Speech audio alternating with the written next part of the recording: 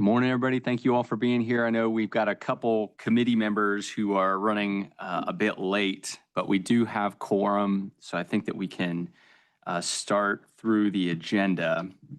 So let's begin with a call to order. Chair Baker. Here. Vice Chair Dr. Lee. Present. Mayor Pro Tem Caballero, excused. Planning Commissioner Chair Chagaris. Here. Commissioner Jacobs. She's running late. Councilmember Kopak. Here. Commissioner Valentine. Also running late. And also Councilmember Burris, I think, is in replace of Caballero. Also running late. All right, thank you so much. So adjustments to the agenda. I have one, which is just under the city and county manager's priority items. I'm going to turn things over for a couple minutes to Director Young to give us a little bit of an update on the UDO LDC situation. Then we can move on from there. Are there any other adjustments to the agenda? No. Okay. Thank you. Any announcements? No announcements. All right. Approval of the minutes for February 4th, 2026. Move approval. Second. All right. We've got a move to approval and a second. All those in favor say aye. Aye. All those against, nay.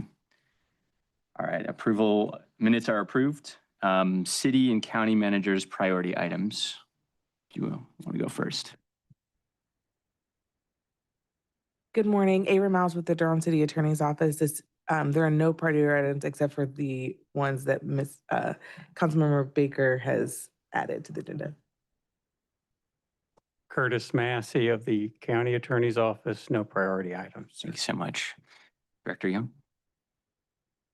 Good morning, everybody. I wanted to just give a little status update of where we are with the new UDO/LDC Land Development Code project. As you all know, the project has been paused for the moment. We did have kind of an informational meeting. We turned the planning, what should have been the Planning Commission public hearing last week, into kind of an informational meeting so that residents could still, ask questions and get a brief update. We did receive, I think, quite a number of comments during that time.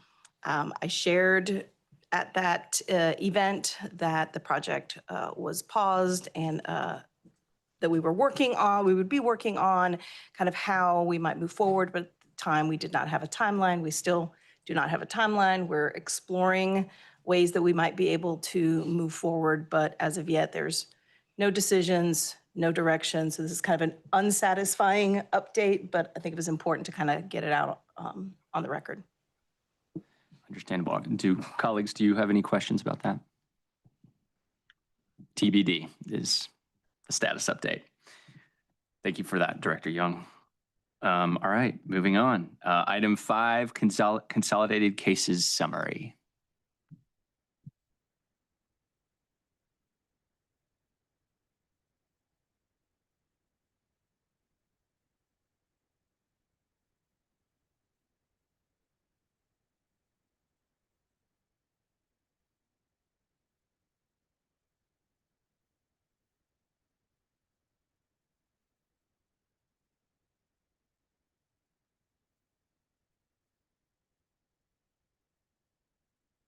To Chair Baker, Vice Chair Dr. Lee, members of the JCCPC, good morning.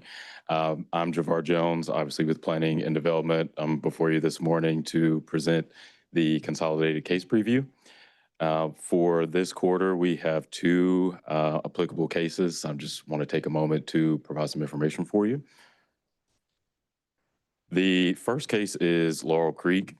The proposal includes rezoning from residential rural to planned development residential 4.402 to allow for up to 1,520 single-family townhouse or apartment units.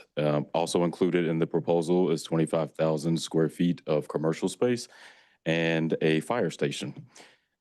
The location is this is an assemblage of parcels around Carpenter Pond Road, Kemp Road, and Old Kemp Road. The site acreage is 323.79 acres. The existing use is single-family residential, agricultural, and parts of it are undeveloped.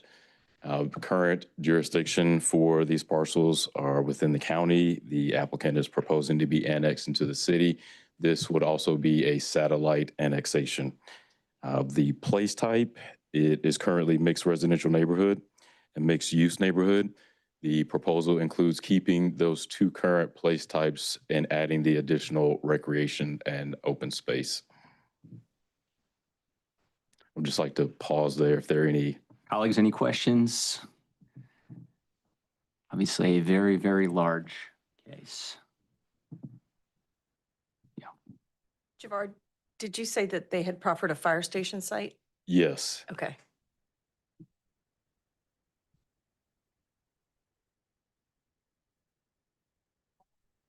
And Commissioner Jacobs and Commissioner Valentine are now here.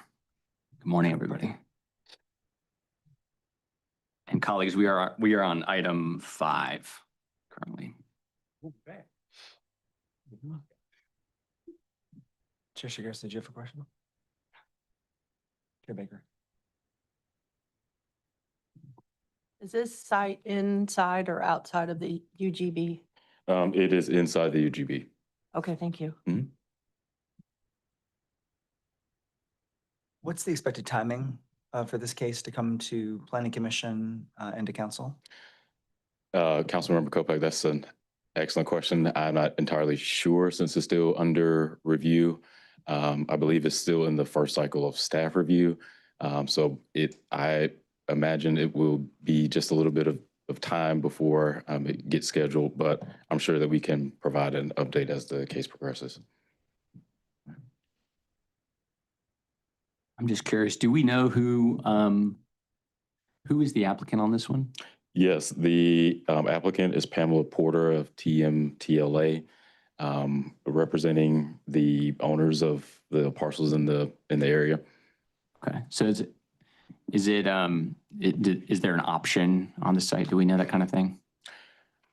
I don't think, my answer would be no, Okay, it's just the landowners bringing this forward. as far as I am aware. Okay. Any other questions, colleagues? Yeah. I have I'll make some further comments at the end of our meeting today, but I have some work to do to follow up with planning staff from our work session on Monday, but I just want to make sure that, and this is in East Durham, that whatever report is done on this includes impacts to EMS. And Commissioner Jacobs, you said you have some additional comments. Do you want to set aside a little bit of time after item 8? Yeah. Okay.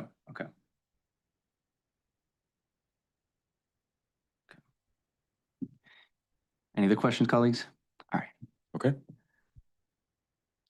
And the last case that we have is Massey Chapel Road assemblage. Oh, excuse me.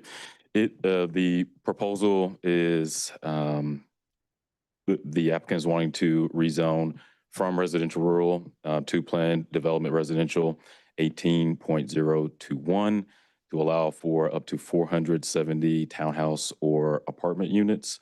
It is within the area of Cool Springs Road, Ellison Drive, Massey Chapel Road.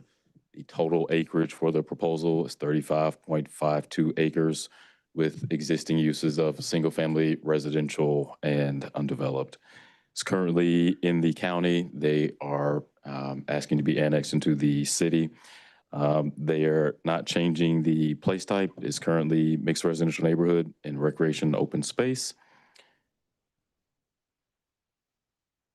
Yeah. Questions, colleagues? Yeah. Just so I can, I know what I'm looking at here. Is that connected to the city of Durham line, or is that over a little bit. Like, is there a space between the city of Durham line and this? I can't really tell. Dotted line up here. Yeah. I don't think that there are any spaces. I believe that it is contiguous with current city limits. Those two parcels are. Okay, so this would be connected. So okay, it's continuous. All right. Okay, all right, thank you. That I couldn't really. Sometimes tell. Yeah, it's kind of hard to tell, yeah. Yeah, okay, thank you so much. Any other questions, colleagues? No. All right, thank you so much. Thank you very much. All right, moving on. Item 6 is the multimodal traffic impact analysis project introduction.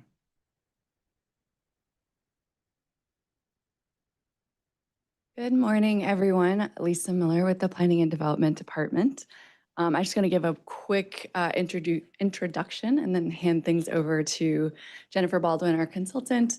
Some of you may recall within our budget for this year, we requested and received funds to pursue a methodology for multimodal traffic impact analysis. This is something we've been wanting to do for a really long time and are really excited about.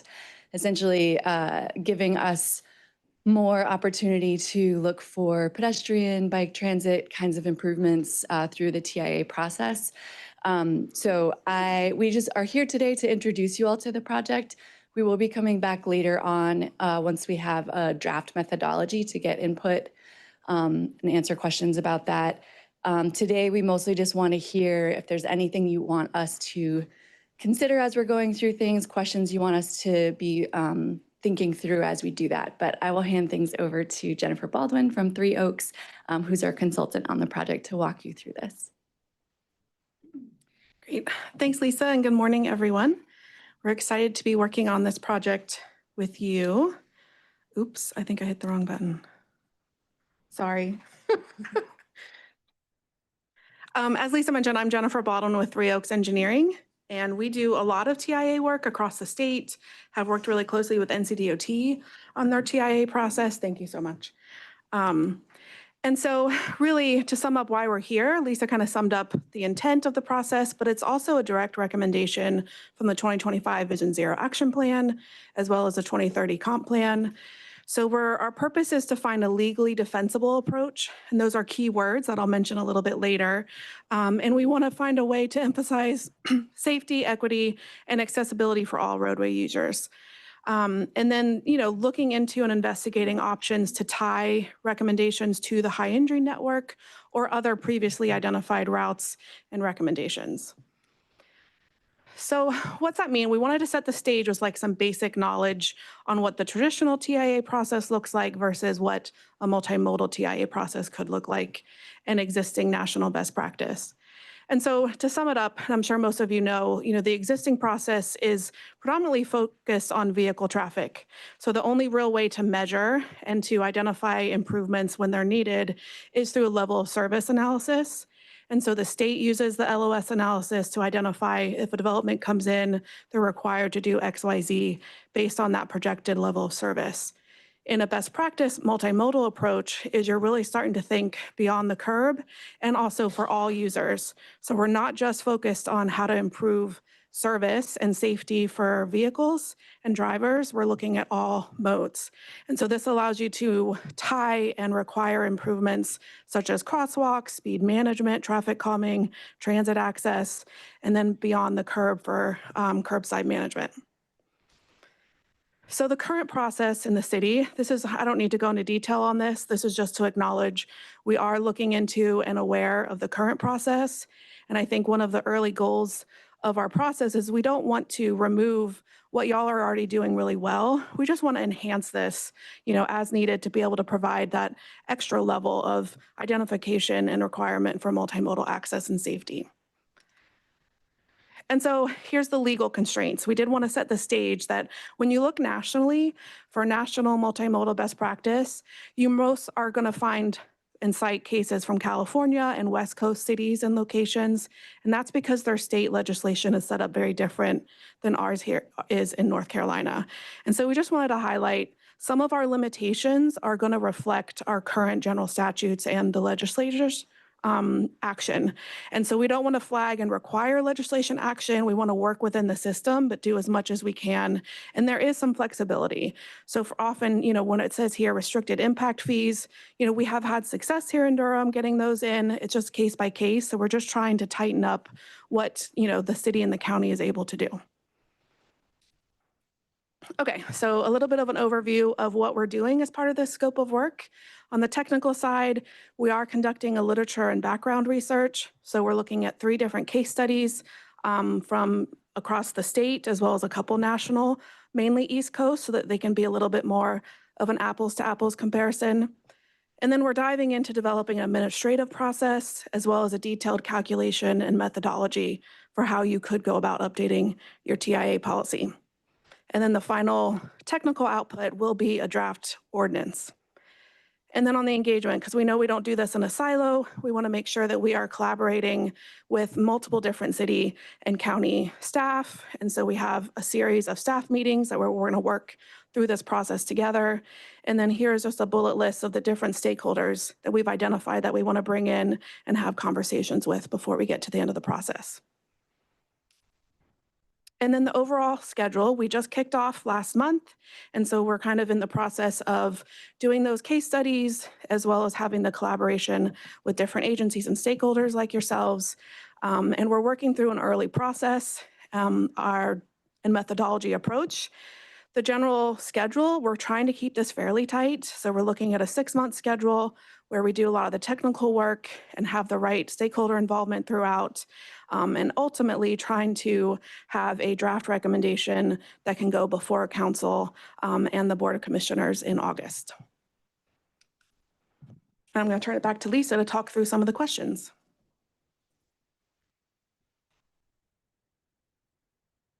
Thanks, Jennifer.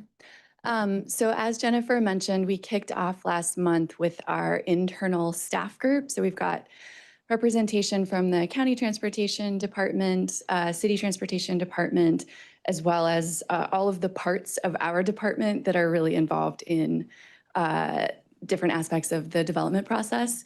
We will also be bringing NCDOT in short order. But we did have some initial conversation around these questions. So wanted to kind of share the questions with you all, share some of our initial thinking, get any feedback or thoughts that you all want to share on this as well. So some of the things that we'll need to decide as part of this process and in establishing the methodology is where this will apply. In our initial discussion, essentially including the city, everything within the UGB. And then there was some conversation about including RTP and Trayburn within the county. So if there are other parts of the county that you think would be important to include, that's something that's great feedback. Another piece is when this comes into play, what triggers the multimodal TIA, what point in the process that occurs, as well as what's the amount of development and how's that quantified in order to trigger this. And then are there some specific locations where we want this to always apply? Another piece is kind of how we transition. We have kind of a traditional model now. We could do a full replacement of that. We could do some sort of hybrid approach. Our initial thoughts in the staff meeting was that because so many of our corridors are NCDOT maintained, that we likely need to do some sort of hybrid approach. Although it did sound like there's openness from NCDOT to kind of learn from what we're trying to explore here and see if there are things that could be pulled into their consideration as well. And then the last piece is kind of what level of complexity is realistic or desired. One of the things that Jennifer and Mark walked through with us is kind of, you can have this really complex regression model where you like put in all these data points and it spits out an answer, or you can have kind of a point system where you have a bunch of different people who could assess something and come to the same general conclusion that has a little bit more combination of qualitative and quantitative understanding of the circumstances around the development. So those are our initial thought, is that something more towards that point system seems both more user-friendly as well as more likely to yield us good results that are understandable. So Those are our initial kind of thoughts around any of those things. That's the last slide, other than just the next one just says questions on it. So I can leave this slide up, leave it open for you all to give us either any feedback around kind of our initial thinking on these questions, things that you want us to consider or look into, other information that you'd like. We're happy to do our best to answer questions or get you more information. Thank you so much, colleagues. Yes. Well, I think this is great. And one stakeholder that I don't see on here is the Triangle West TPO. I really strongly recommend that we work with them also to look at the Destination 2055 MTP that was just approved, because what we have done in that plan is to try to change how we measure mobility. Okay. And so the kind of shift that we're trying to make here completely aligns with what's in the MTP. We are trying to measure the movement of people, not cars. And I mean, I think that's for me is the central change that I think I want to see us align with. That is that's what we're talking about. Absolutely. And there are, in terms of the goals in the MTP, we directed the staff to come up with new ways of measuring how we move people around. So I think that could really be helpful for what we're doing here. And I think this should be involved with every part of our planning, honestly. I mean, we should have this kind of, mobility focus and safety focus when we're looking at everything. Yeah. So, and the other thing that I would suggest, and I'm glad to hear you mention that you're working with county transportation staff, is I would suggest, and this came up, Javier, Mayor Pro Tem is now chair of the TPO. And at our last meeting, we discussed all of the governments inviting Triangle West to present on the 2055 plan. So I would suggest we get that invite them to come and present on the agenda. So, but this is great. Thank you so much.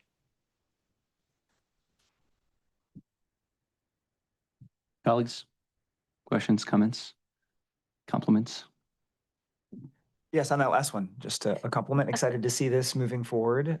Thank you for exploring it, and for the Three Oaks team. I think it's particularly important you highlighted the intersection of this work with our high injury network, as well as Vision Zero and the comprehensive plan. But I think the high injury network is really a critical piece of this as we think about trying to prioritize reduction of traffic incidents besides just cars, but also bike and pedestrian as well, and really centering that and how we think about road safety. So I appreciate that element. I'll have to learn more about how this would appropriately intersect with our various processes. I'm inclined to, agree with Commissioner Jacobs about the value of integrating this everywhere. But I'll want to learn as we go about what that looks like, and understand sort of the kind of the resourcing for staff as well, and what that means for y'all too. But excited to pursue this and see it integrated wherever we can. So thank you. Thank you, Chair. So thank you for your work. And I guess my question is, the deliverable is a draft ordinance. And so our work with NCDOT and their considerations, do you see that causing any barriers to the final work product? I mean, they control primarily all of the terrain we're talking about, largely. You want to? Yeah, I can answer that. And we're going to work through that more. So I don't have an actual answer. I think in general in the ordinance, and that's what Lisa was talking about at a hybrid approach, is the ordinance is going to have to address what we do on city maintained roads versus state maintained roads. I think this is going to be especially important to make that connection to Vision Zero and the high injury network. Most of the HIN is on state maintained roadways. So working with them, I think our early conversations with both the division and the central office is they've also been looking at ways to improve their process. They are just more directly tied to state law. And so any change that they make in their process is going to require state law. And I think we can all agree that that is always an open-ended question mark. And you kind of got to be careful what you ask for when you take something there. So that's just going to take a different thought process and likely a much different timeline. So we're going to work to acknowledge that and address it, but still stay focused on what y'all can move forward with, first. Thank you for that answer. And thank you for acknowledging that the date for the deliverable might be pushed back depending on circumstances. All right, thank you. Mhm. Any other questions, comments? I've got a couple questions. Can you tell us, just high level, what might we see different through the implementation of something like this at kind of like a project level? So, because we can require trails, we can require certain street cross sections when those come in that do implement a more multimodal design, and in fact, that's kind of what we have drafted in the new LDC. Can you just kind of lay out what would it look like potentially? Yeah, I can lay out big picture, but we're still working through the answers to those questions. So we're still very early on in the process. But what we're thinking about now and what Montgomery County, Maryland does is they have a process when a development comes in or something is under consideration. You have identified elements that you want to measure or assess, either qualitatively or quantitatively. And if the developer is meeting so many different elements and they can all have different point system, then they can buy back points in terms of other requirements. So if they're achieving everything on the multimodal front, maybe that reduces some of their requirements on the vehicular front. So that's a very elementary way of looking at it. There's some legal, constraints with doing that, but that's kind of what we're the give and take. And I think what's been identified early from staff is we don't want to reduce any of the great requirements that you're already doing. And we don't want to put more restrictions on staff to be able to have to spend too much time. So it's finding the right balance of a lot of structure and detail, but then also still having flexibility as it relates to how, the development size, where it's located, and other elements. Thank you so much. Yeah. Add one other thing is just the applicability. So like within downtown right now, we don't require TIAs because it didn't seem appropriate to be adding, traffic lane or turn lanes and travel lanes and things like that. So ever since that was removed, we've been talking about trying to do this sort of thing so that in a place like downtown, this can apply and we can get some of those improvements. Yeah, I just want to also add in terms of applicability, the whole purpose of this is when a development comes through, right? A normal TIA determines the impacts of that development on the road network and then what additional improvements need to be made. So if now we're talking about potential other improvements in terms of pedestrian and bike and other infrastructure, we need to make sure that this is applied in places where there's a mechanism to keep that maintained, accepted, et cetera, which is why I think the county issue is such a delicate one that we need to deal with, since we just recently agreed that we would even be rolling back our sidewalk requirements in the county. So I think this is something that we're going to have to wrestle with as you all kind of work through this. Where exactly should this apply? Because I think it will be challenging to apply it wholesale everywhere. So I just wanted to kind of add that.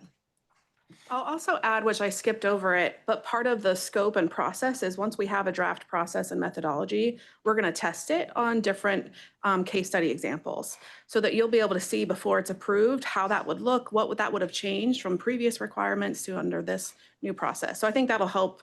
And, we haven't decided yet, but that could probably be a location in the county so that we can understand what those look like downtown and then maybe somewhere in between.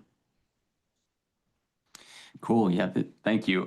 We are a very auto-centric city. And so I think on the one hand, we could take an approach of being as aggressive as possible everywhere all the time. I think that also the concern there is, are we watering down our potential if we are pretending like we're trying to be walkable in places that we're not?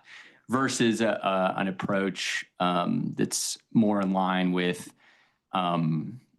the urban triage and trying to determine what are those places where we can really maximize the potential and build out different parts of our city to become and transition to become more walkable and more multimodal. So as far as I'm concerned, these are great questions. For me, there's still questions, and I'm very excited about moving forward with this process and getting a little closer to some answers in the future on what these look like. Any other questions or comments from colleagues? Yeah, well, we've talked a lot about this at the TPO level, and as we worked on the major transportation plan, and a lot of it is like, what do you value? What do you measure? And, you know, most of our measurements, again, are focused on cars and moving cars quickly. And so I think it's really important that we are very thoughtful, and that's why I've suggested looking at the measurements in the MTP, because we do want, obviously, we're part of that and we want to be in alignment. But again, if we flip, and we have to work with NCDOT, and I think we do have a really good partner with NCDOT. But if we start, you know, looking at what are we measuring, if we are lifting up things like safety and people's ability to be able to cross the street, you know, or to walk or ride a bike safely, things like that. We have to have different ways of measuring those things, right? And not just the speed of cars getting through somewhere. So I think this is going to be a really important process, and it really does align with our comprehensive land use plan. And it's even things like, you know, roundabouts. And how do we use things like roundabouts and also make those bike and pedestrian safe. So I think it opens up a lot of opportunity to just try to look at things differently. And yeah. So. To that point, I'll just add to, and I love your focus on coordinating with the TPO. We can definitely do that. In terms of measuring and part of the multimodal, which I'm sure you guys know, data collection has been limited. We have just, as a society, focused on vehicular data, and so we don't have that much bicycle and pedestrian. And so that'll be good to work with the TPO to identify if there's opportunity for data collection, because I'm assuming that throughout this process, we can identify ways we could measure, but may not have the right data point to be able to do that immediately. And so just identifying some of those missing gaps, because data outputs are only as good as your data inputs.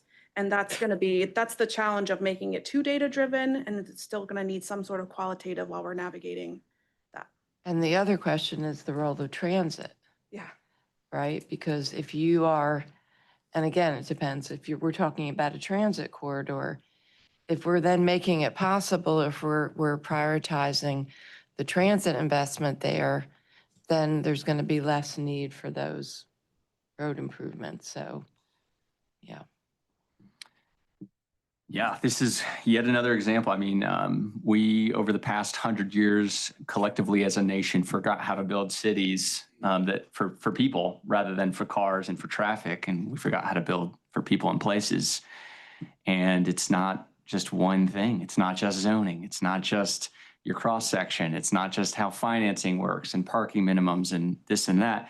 It's all these different pieces. And this is just one of those pieces, and steering the ship away from complete domination of automobiles and for other ways of getting around. So thanks for taking this on. We definitely want to be bold and have great outcomes. So thank you. Look forward to more updates in the future. Thanks so much. Thanks, y'all. All right, item number 7, Durham Parks and Recreation Acquisition and Acceptance Policy.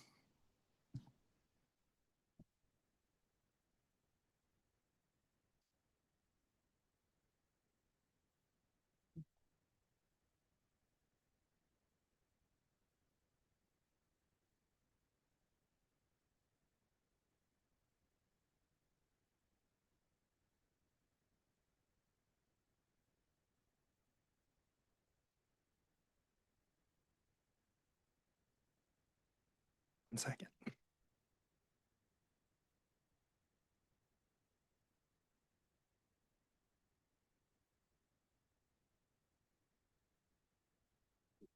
Yeah.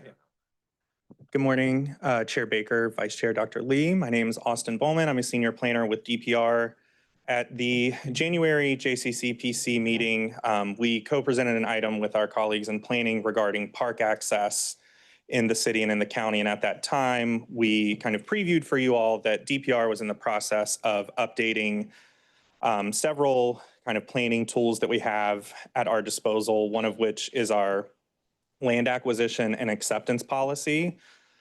We have updated that. It has been reviewed by the Recreation Advisory Commission, who voted in favor of endorsing the policy. So we wanted to take that opportunity to present an update to you on that policy and other planning work that we're doing that will supplement that policy. So to kind of contextualize kind of why we're doing this, obviously the city is growing rapidly, which is presenting us a lot of opportunities through development to expand our park system. And at the same time, we have 66, hopefully soon to be 67 parks that require ongoing operations and maintenance, as well as significant investment to modernize and make sure those are relevant for the community. So that presents kind of an inherent tension between our commitment to our current system, our opportunities to expand the system and make sure that we're doing that in a judicious way, and when we are taking in new land and considering the development of new parks, that we're doing so in a way that aligns with the broader goals of the system.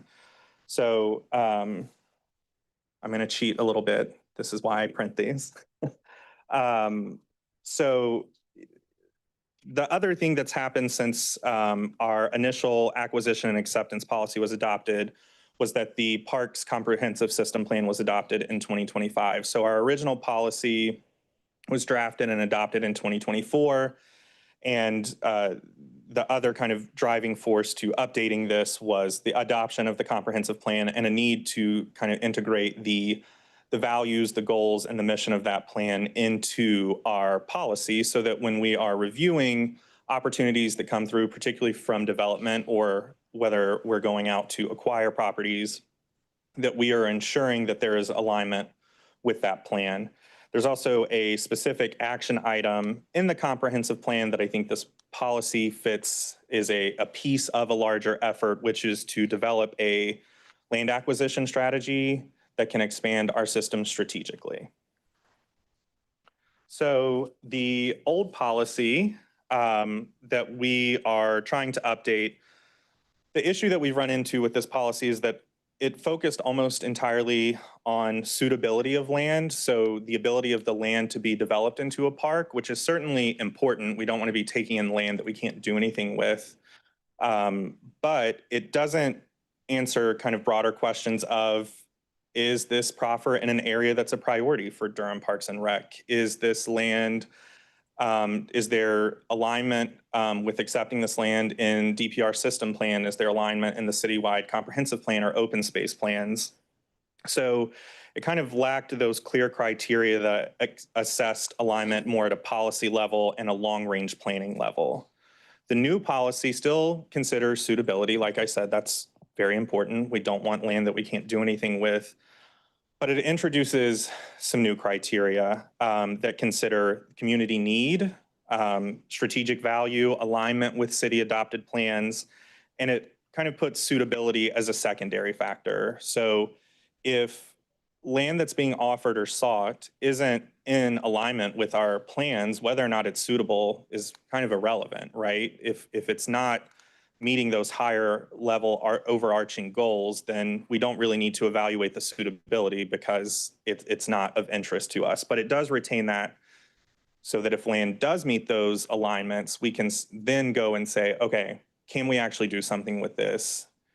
Is it developable? So those things are still there.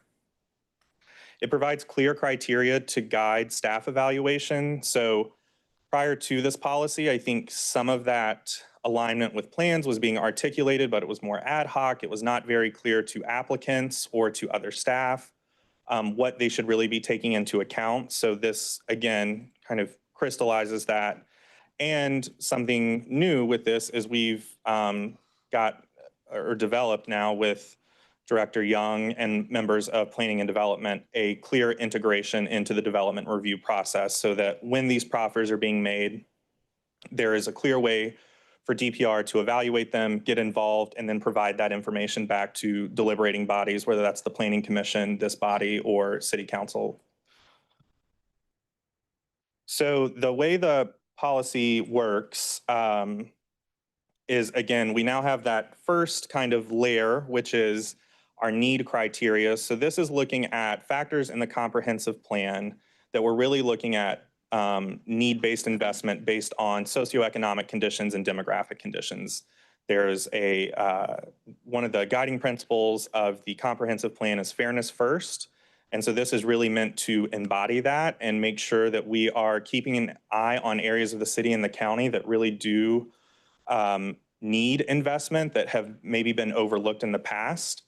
The other component of that is strategic value. Like I said, those are criteria that are meant to assess how well the opportunity aligns with city planning policy, both for Durham Parks and Recreation and city county planning.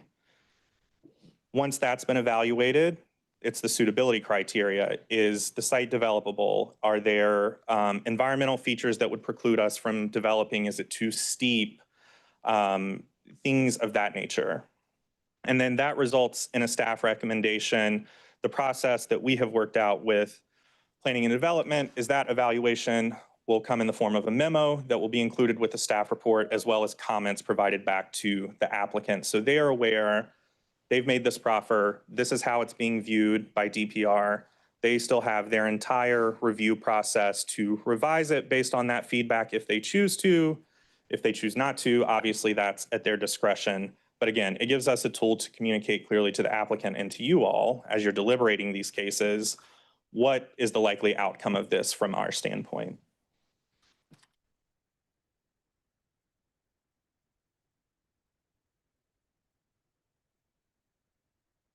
Okay, perfect. Thank you. Yeah, thank you. All right, so again, visually, I think this makes more sense than me talking about it in the abstract, this kind of tiered process where a project is evaluated against need and strategic value at the same time. So we are putting these on equal footing. So a project that is in an area of low need is not necessarily precluded from this, right? Because we could have a project in an area that hasn't demonstrated high need based off of the criteria in the system plan that provides a ton of strategic value for the department. It allows us to install amenities that are a high priority for us. It allows us to expand into an area of the city where we don't have a footprint. So I just want to be clear that just because it doesn't check one of those boxes does not mean it doesn't move on. There's a reason they're on the same level. Can I just interject here? When in the top box there, it says proffered or sought land. Yes. Can you just say, what does that mean? So the policy applies to proffered land from private developers, applicants, or land that we are seeking. So if we're presented with an opportunity or we find land, let's say adjacent to a park, we're also going to evaluate our wish list, if you will, against these same criteria. We want to play on the same playing field that everyone else has to play on so that when we're bringing a budget request to purchase that land, we can say that it is in line with the same policy that we hold everyone else to. Just to follow, because I was going to wait and ask this Yeah, sure. anyway, but how are you, is that, I mean, because this happens with us at the county side, and we also know there is another opportunity like this for the city, but when you just have somebody who moves forward and says, it's not part of a development plan, or it's not something you're out seeking, but it's an opportunity that a landowner says, hey, I want to donate this land, Absolutely. or I really would like to see my land protected. I'm not going to sell it on the open market. Right. I want it to be preserved. And you know, how does that fit in? So it would go through the same exact process. Okay. So it's any opportunity, whether it's brought to us or we have sought it out, any opportunity to increase the land ownership of DPR will now go through this evaluation So process. I would really suggest that you broaden that top category. Sure. Because when you say proffered or sought, it doesn't include the opportunities that may Yeah. come before you. Yeah, and we can Yeah. update that to make it clear. That is the way it Yeah. is functioning currently, is that it's any land that's brought to us through any mechanism, but we can update the or ensure that the language of the policy makes that clear. Okay. Thank you.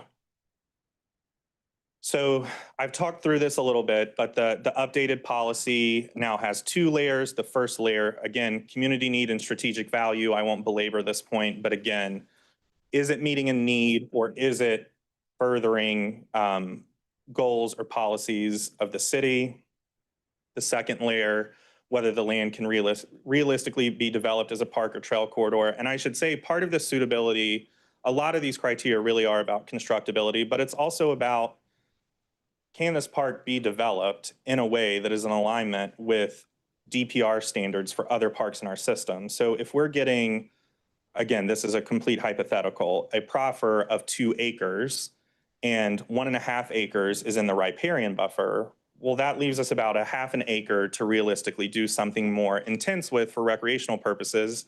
And that's not really in line with our standards for the rest of our system. So while we could physically build on that 1/2 acre, we couldn't build something that offers what we would like to offer and what the community expects of us. So that's part of that as well. So how these criteria are used, they're meant to guide evaluation, not serve as a checklist or scoring system. So you're not going to get like a scorecard in this memo. We're actually working through our first evaluation using this policy. And it's just your typical memo that kind of goes through this in broad strokes and calls out where there's alignment or if there's an area where there's a real conflict that needs to be considered. Not every criteria applies to every site, and some sites may offer value in ways that are not explicitly captured in this policy. So again, we're not closing the door on anything. We really recognize that no one has monopoly on good ideas and that to try to develop a policy that captures everything would take forever and it wouldn't really change outcomes. So there is still that flexibility for staff discretion. Sites are not automatically rejected if they only meet a few criteria. So that's something we want to be really clear about. This isn't like you meet 11 out of 20, move forward, you meet 9 out of 20, get lost, right? It's really about the value that you're bringing in the criteria that you're meeting and that you're not posing real conflicts with our existing system and the criteria that you're maybe not meeting. So as part of the need criteria, we developed something that we're calling the investment priority indicator. So the comprehensive system plan had about 11 different indicators that were included in that can assess need. So are you more focused on environmental burden? Are you focused on health burden, socioeconomic issues? And the issue with that, while that is all great information, is that which one of these do you look at? Which is more important? What if they're all important? So what we did was try to take the big indicators that are included in the system plan and integrate them into one tool. So every parcel in the city and county have been scored by where they meet on these various indicators, and then it's kind of super scored. So if you have high health vulnerability, you might get 2 points for that. If you have high environmental burden, you might get 2 points for that. And then that score is totaled up. It's again, just giving us a way to identify areas where park investment, both from the city side and from the development community, should be prioritized, particularly in historically underserved neighborhoods. It's meant to inform decisions. It does not automatically exclude any site. Again, we are working through cases right now that are a low priority on this tool, but we very much have an interest in moving forward with. So again, it's just an additional tool for us to quickly say, set off an alarm bell for us. Hey, this is one of those high need areas. We really need to stay on top of this. We need to stay involved and make sure that we're getting what we need in this area because that's what our system plan says we need to do. This is what that indicator looks like in the memo. I think it was attachment B or C. I can't remember which, but there's a link to a draft version of this map that you can zoom in, zoom out of, and see which areas are high, medium, or low priority. But again, just because something's in that lighter purple low priority area, by no means does that mean we're not interested in any land in that area. So I talked a little bit about this, but again, to reiterate how this works in development review, DPR evaluates proffers early. If there is a proffer made, when an application comes in, then we will review it and assess it in the first round of review. If it is made later in the process, we will work with planning and development to figure out a timeline for us to evaluate that and get that to whomever is deliberating on that case currently as quickly as possible. The feedback will be included in staff reports. Once we kind of work through this review process with you all and potentially at a city council work session, we will publish these criteria publicly. They will be made available to applicants during the pre-submittal process. We're also working with planning and development to update the kind of template proffer language for parks and open space so that it's more in alignment with this policy, and that for applicants who are choosing to use it, and hopefully they all are, we have detailed enough proffers that we can really make a strong assertion to you all whether or not that's something we're interested in. Because one thing we're limited by right now is we'll give Durham Parks and Recreation 5 acres. Where's that going to be? What's that going to look like? It's really hard for us to use anything other than those really high level things. So we're giving you kind of a gut check almost of if generally this is a good idea versus this specific project is something that we think is a good idea. The benefits to this, hopefully, transparency. Again, I think we, as much as this is a tool to kind of expand our system, we also want to be clear to the community how we're viewing these cases so that there's a very clear understanding of where we're coming from, reducing ad hoc decisions or decisions that are made, you know, one-on-one between staff members and applicants. And then, you know, we get situations where not everyone is aware of everything, better coordination between us and planning and development. And hopefully all of that leads to stronger outcomes so that when votes are taken on cases, again, it's very clear what DPR is and is not going to do moving forward and what projects are a priority to us. Again, this just takes that flow chart and talks about how things are being evaluated at each level. I don't think I need to, again, dwell on that. So what we feel like this update accomplishes and why we've done it. It centers equity, which is really one of the guiding principles of the system plan. It supports, at the same time, it supports all 66 of our parks. And it does that by making sure that before we bring something into a system, that we've really thought about that. And that it's a good idea, and that we're not just opportunistically taking up land, which then we've got to give time and resources to, which may be to the detriment of our current parks. It aligns with adopted plans, reduces ad hoc decisions, and it builds the foundation for proactive planning. So this is a reactive tool, right? This is to assess opportunities as they come to us through whatever manner, but there is still kind of a gap for a proactive tool that can really articulate from DPR, from planning, hey, this is where we're looking for parkland. And if you are in this area where we're looking for it, this is what we're looking for. And that's what we're working on next. So we are continuing to develop a more robust land acquisition strategy that'll include a park access and deficiencies analysis. So this will show where we need land the most. A park classification system, which we do already have, but we are working on updating our minimum design and development standards so that when these projects come along, we can more confidently say, this fits with our system, it fits within our classification system, it can accommodate the amenities that we want in different types of parks. The thing we've talked most about today, the policy and criteria articulating how potential new land is evaluated. Clearly defined and prioritized search areas for future land acquisition, proffers, and strategic planning, and then a summary of available funding and recommendations for potential new funding mechanisms for acquisition. We recognize that we have a lot of tools at our discretion for how we can acquire land, for how we can develop it, but I think there are some areas that we could try new things to kind of bolster our ability to move quickly and efficiently on expanding the park system.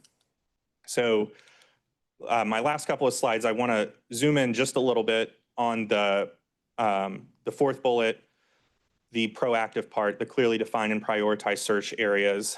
This is still in draft form. We have not created maps yet. So what we're really working on right now are identifying those tiers. So right now, our draft tier 1 is critical access and equity areas.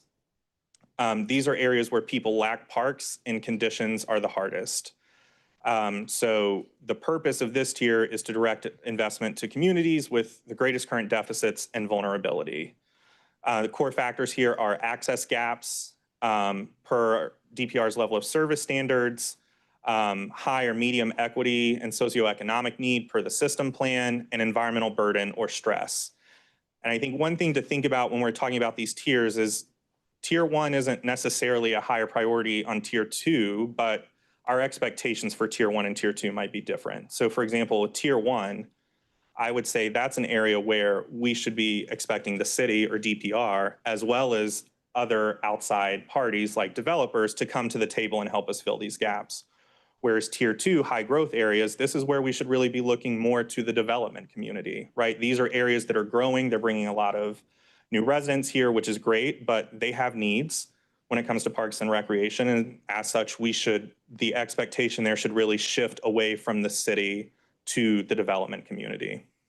So tier 2, again, high growth areas that'll need parks soon if we don't act now. So if these developments larger developments come online without parks, they will be in a gap in the future once they're fully built out and people are moved into those. Those are areas that we are then going to have to go look for vacant land or land that we can purchase to develop a park. Tier 3, we're calling amenities and system refinement. So these are areas where we may not have a gap in park access, but we have a gap in popular amenities. So areas where we can look to really more robustly develop the offerings of DPR and make sure that people in different parts of the city have access to the same high priority amenities, not just a park. Tier 4, strategic opportunity areas. So this is kind of that really opportunistic but highly valuable, rare or catalytic sites that offer something that it's kind of hard to articulate through policy, but you kind of know it when you see it. And those are sites that offer key partnership opportunities, unique features, or surplus land that we have that we can't do anything else with. So again, it may not fit into those other tiers nicely, but it offers an opportunity to do something. And then the last one, and this is the one that will continue to be defined the least for the foreseeable future, because we're really going to look to the city-county open space plan to help us develop this tier, is high conservation value. So sites that aren't necessarily the most appropriate for a park or recreational opportunity, but there is absolutely value in protecting them, whether or not they ultimately become publicly accessible or we're just holding that land in conservation for protection. So we do intend to include that. A lot of that is going to be dictated, again, by that city-county open space process, the open space plan process, and what comes out of that. And I think that's something that the consultant has already demonstrated through their other work that they have the ability to do, which is give us these criteria that we can then synthesize and say, these are the areas we're looking for this. So that is my update for you all. I know that's a lot. It's a dense presentation and a dense memo, but I am happy to take questions. Colleagues? Thank you for. Yeah, go ahead. No, you go first. You, and then you. Thank you for this. Thank you for this presentation. How often do you all reject land? Is it about the same as you accept it? I mean, is it, how's that in? So I would have to, we can follow up on that. We have been working to kind of develop a running list of proffers that we've received. I think it's not so much whether we accept or reject the land, it's whether we end up with land we can actually do something with. And I think more often than not, in a lot of cases, we are getting proffered land that is not sizable enough or not suitable enough for park development. So we have these holdings in these developments that we're kind of hamstrung with, that we can't do a lot with. I think the goal here is, in light of that, is to start accepting and or rejecting more, so that we don't have land where an expectation has been created that there's going to be a park or some type of recreational open space that we can't actually do anything with. So in that train of thought, is there a minimum size? The reason I ask that is I would imagine there's different sizes of activities you can put on land. So, you know, of course, large parks could have like the big slides and the Yes. big so-and-so and the big track or whatever it may be. But then smaller land may be something, you know, some other activity that may be smaller. So I'm curious about that. Yeah, that's an excellent question. There both is and isn't a minimum size. So the park classification system is broken up typically by the size of the parks and the amenities that can be accomplished. So, you know, the difference obviously between a neighborhood park and a pocket park, one is the size, but also what can be accomplished in those. The other kind of issue at hand there is there are areas of the city where a 2-acre proffer that's fully developable is a great opportunity. And there are areas of the city where that's not a great opportunity. So like recent cases that we've had that have been a smaller proffer in terms of land, but are really close to existing parks. Well, that means we can just be really strategic about that 2 acres and provide an amenity that those other parks aren't offering. And that one park doesn't have to do it all. Part of the land acquisition strategy, though, once we publish that, it will include our current park classification system, which is very clear about the size ranges for those types of parks and the amenities we expect to see in them. But I think, again, back to what you asked, there is a minimum size depending on what we're trying to do in that location. Okay, thank you. Yeah. Thank you. Commissioner Jacobs? Okay, I have a lot of questions. Okay. This is great. I appreciate all of the thoughtfulness and work that is going into this. One of my questions is around how you all are working with the county on this, because we're doing the bike ped plan, we're doing the open space plan, and I think we need to also get away. I'm wondering, how are you guys going to look at some of the county parks and how that serves city residents? For instance, on our agenda on Monday, we got an update on the Santee Road Park that the county is doing in East Durham, 289 acres. We are doing a Santee Road, and now it's going to be more of a natural park, but it's going to have fishing. It's probably going to have boating. There'll be trails. And I think, you know, we've got the Little River Regional Park, which has, you know, bike trails and things like that. So how are you all going to look at, I know I saw, you know, I've seen the map and all that, but I think it's important that we think about those relationships as well. Yeah, so a couple of points there. One, when we did the system plan, because it was really focused on the city's responsibility, the scope of that was really limited to within the city. So when we were looking at service areas, for example, we were only counting city parks because those are the things we exercise the most control over and can guarantee things like access and maintenance. When we're doing this process, we're going to expand that. So we will be looking at access to any type of park. That includes the Eno River State Park, natural areas like Horton Grove in North Durham, and the county parks that you mentioned that, again, are more passive and have more of a, I would say, natural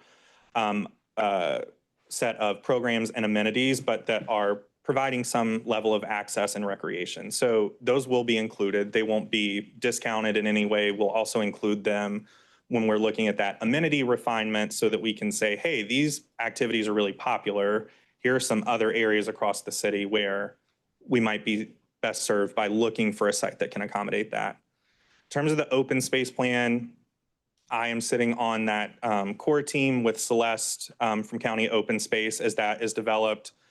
We are in communication a good amount as opportunities come up. I think something that she and I have discussed is, particularly through the development of that open space plan, is a goal for both of us through that process, is to find ways where we can interlock a little bit more and function simultaneously as opportunities are being evaluated. And there have been opportunities brought to DPR where we have both immediately looped each other in just because we felt like the other party might actually be the best person to carry that forward. Okay. Yep. I'm also wondering how you put a value on the different types of recreation. And for instance, you brought up the Eno River State Park. I mean, one of the most special things about Durham is that we have a river going through the middle of the city. And I think one of the really, you talk about connectivity, but I think how are you going to value the ability to connect city residents better to those natural areas? Yeah, so I mean, the acquisition acceptance policy also covers trail corridors, and that's really where the connectivity piece comes in, right? Is when we're looking at I think far more frequently than we get park proffers, we do get proffers to build trails. And so that's an area where we can articulate that connectivity. I think we're also thinking right now in the somewhat near term about how we can update our planning documents related to connectivity and greenways and trails in particular and modernize those. As you all know, the most recent Greenways Master Plan was adopted in 2011. A lot has changed in 15 years. So I don't have a perfect answer for you there other than to say that's something that we're really trying to work through right now and figure out how we evaluate that, because that 2011 plan doesn't really give us the strongest foundation to evaluate connectivity, because that to some extent wasn't the goal of a lot of those trails. It was purely recreational, and connectivity was almost a secondary consideration. And I really think this takes on more importance with the new LDC. I mean, if we're going to be developing more densely in the city, it's going to be even more important, I think, to focus on the connectivity piece. And making sure that people have access not just to active recreation, but passive recreation to nature. I mean, we know the health value of both of those. Absolutely. We saw that during the pandemic, and I think Durham has really changed since the pandemic. More and more use of, and just some of the things that limit people's access, not just being able to walk to things, but parking.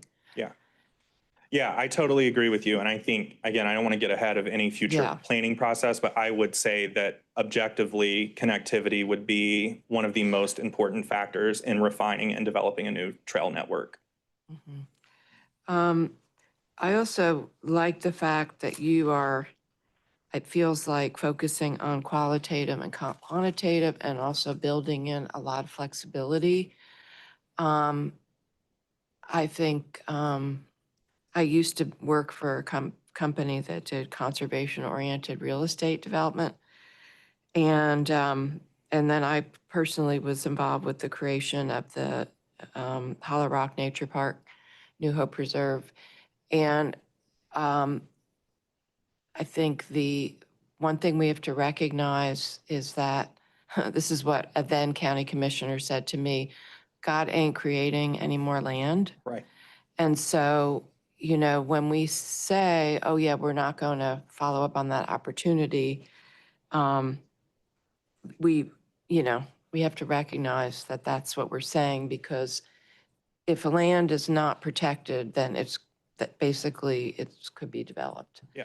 And so I think I guess one of my questions is, because you were saying about not taking land, to your question, has there been any thought about, well, maybe the city can't see any need for this now. It could have value in 50 years. Is there any concept of just land banking for the city, saying, okay, we're going to accept this donation, but we're not going to do anything with it for we don't know when we're going to do anything with it. Yep. And it may just sit here for 50 years. And understanding, yeah, we don't have the resources to put anything into it now, but we'll land bank it. Yeah, there absolutely is consideration for that. And one of the most recent cases where a proffer was part of a case that DPR viewed favorably, it was for the purposes of land banking, because it is close to 2 other parks. That development's going to take a long time to go online, so we can't forecast right now what the best thing to do with it is, but we do recognize that it has value. Also the policy in the strategic value criteria does ask staff to evaluate whether not accepting the land, even if it's not usable at the current moment, would pose a long-term disadvantage in terms of the reach of the system. So that's absolutely something we're taking into consideration. I think given the amount of projects we're currently working on and funding constraints, that most of the land that we would accept, especially for these larger projects that are going to take decades potentially to build out, those most likely are land banking opportunities at this time. We're not moving on those as soon as council votes to approve those development cases, just because it wouldn't behoove us to do that, and we don't really have the resources. And does the city park property, which is currently 4%, and one of my questions is what is the benchmarking for that? Do we have related to that? We do. We have a couple benchmarking sources. So the nationwide median, regardless of jurisdiction size, is 15 acres. Now, but again, that doesn't take into account apples to apples. There's a lot of apples to oranges and apples to like watermelons in there, right? The system plan did do benchmarking through NRPA, which you can kind of narrow down so that you're only looking at jurisdictions. And I can't remember the number off the top of my head, but Durham was between the lower quartile and the median quartile in terms of held lands.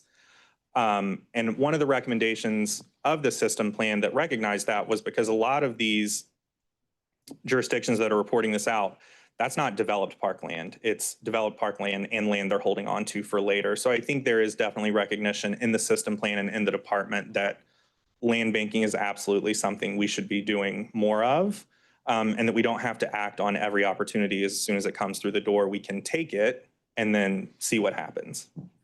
And will this fit into the goal of, is this part of the goal of 30% open space? Yes, part do count towards that. Yep. Okay, because that would be another reason to do the land banking. Absolutely.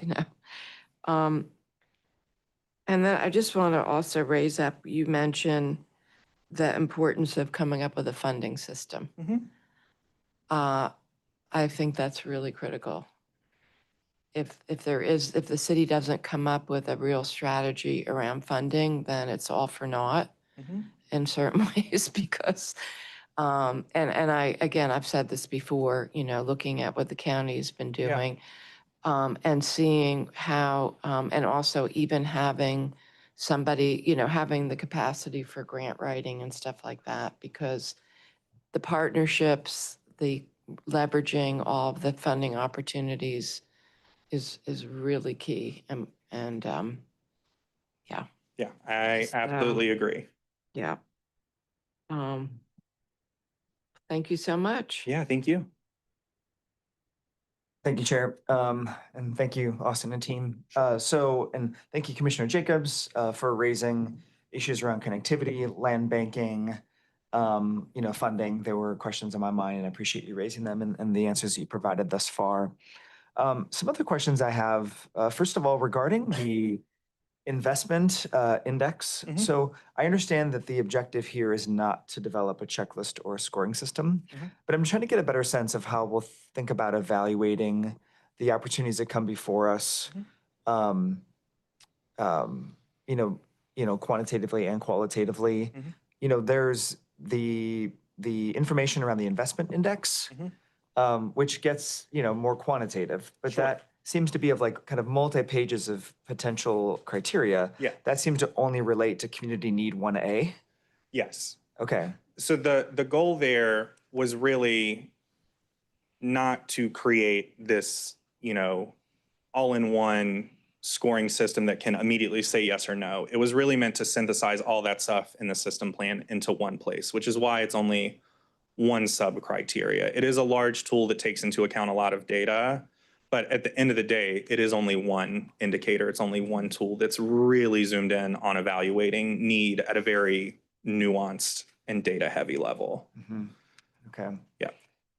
Because there's like a lot of criteria in there. And so how do you get from kind of a long list of potential ways of evaluating to actually it being a really like effective kind of decision analysis tool, even Yeah. if it isn't going to give you like a yes or no or Yeah. like a top to bottom ranking or a scoring? That's a great question. So two of the biggest kind of data sets that feed that are indices that were formerly published by the federal government that looked at social vulnerability and environmental vulnerability.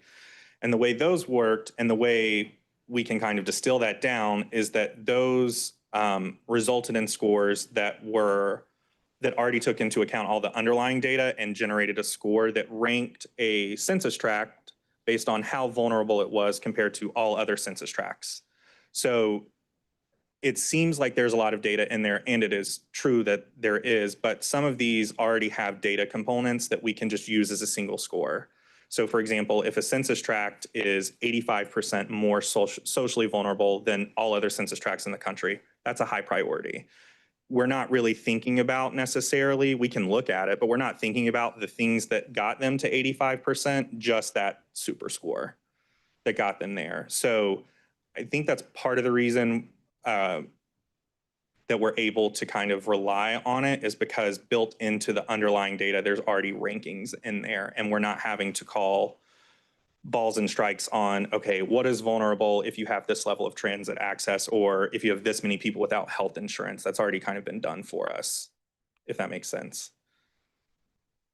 I think so. I think it'll be helpful to get into examples, as Yeah. you further refine it and seek to deploy it Yes. to better understand how we're gonna use it, right? Absolutely, because when we report out like, oh, this parcel is medium priority, we can tell you why. We can, in addition to the medium priority, we can say it's medium priority because it has good park access, but it has high health vulnerability. We can get to that level of granularity if you want. It's just been rolled up into this high, medium, low, really for efficiency and to not get too far in the weeds on census data, basically. Okay. Yeah. All right. We'll look forward to hearing more about that. Yeah. I'm curious how this evaluation tool will intersect or does intersect the work you've done in the past around community engagement. Yeah. How do we think about cases where there are opportunities that are high priority, high need, strategic, but perhaps we get feedback that residents who are close by would prefer to not see it be located there? How does this impact our evaluation assessment of the opportunity? So I guess two answers to that question. The first is that some of the criteria direct staff to refer back to the engagement that was done as part of the system plan as to what people are looking for in parks. But again, that is operating under the baseline assumption that people want a park there. I think in an instance where DPR expresses, great interest in a proffer and you are getting community pushback, it then kind of moves out of DPR's hands, right? That's more of a decision on the deliberating body's part as to what needs to kind of rule the day. I certainly don't think, we may not be the most interested in developing a park where people don't want it. Obviously, we would always like to be doing things that people always want, but to Commissioner Jacobs' point, it may not be developed for 15 years, and those people who are highly opposed to it may not live there 15 years from now. So that could be a case where we're directed to land bank it and hold it and maybe do more engagement. Obviously, we would do more engagement as part of any planning and design process to ultimately develop it into a park. But in terms of how, like, on a case-by-case basis, engagement would factor into the evaluation, it wouldn't factor into the evaluation, but it would obviously impact your deliberation, and we would, at that time, be happy to work with the community or work with you all to identify ways to move forward in a way that's satisfactory. Okay, thank you. So next, in terms of opportunities that come before us through proffers, conversations that Councilmember Baker and I've been having lately with developers bringing cases forward. We've had a number of instances where developers will just basically ask us, like, what do you want us to do, right? Like, they are not park developers. Sure. It's not their expertise. They're willing to respond to resident interest, councilmember interest around that area, but they're not really sure how to approach it.